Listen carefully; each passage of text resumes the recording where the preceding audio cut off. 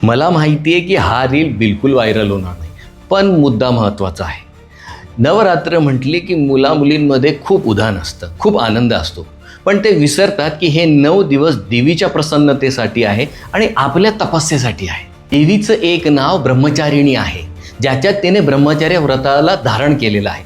पण दुर्गा पूजा म्हटलं की मुलामुलींसाठी डेटिंग आणि रोमॅन्स याच्यासाठी एक मोठा ॲव्हेन्यू ओपन होतो.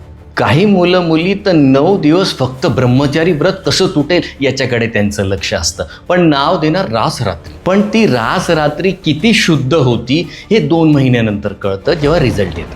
म्हणून युवा पिढीला माझी एक रिक्वेस्ट आहे, तुम्हाला नाचायचं आहे नाचा, तुम्हाला जे कपडे घालायचे ते घाला, पण या नवरात्रीचं पावित्र्य राखण्याचं काम सुद्धा तुमच्यावरच आहे. ही जबाबदारी तुमचीच आहे, कारण हा उत्सव शुद्धतेचा आहे आणि शरणागतीचा आहे, आणि तेही फक्त माता दुर्गेच्या प्रसन्नतेसाठी.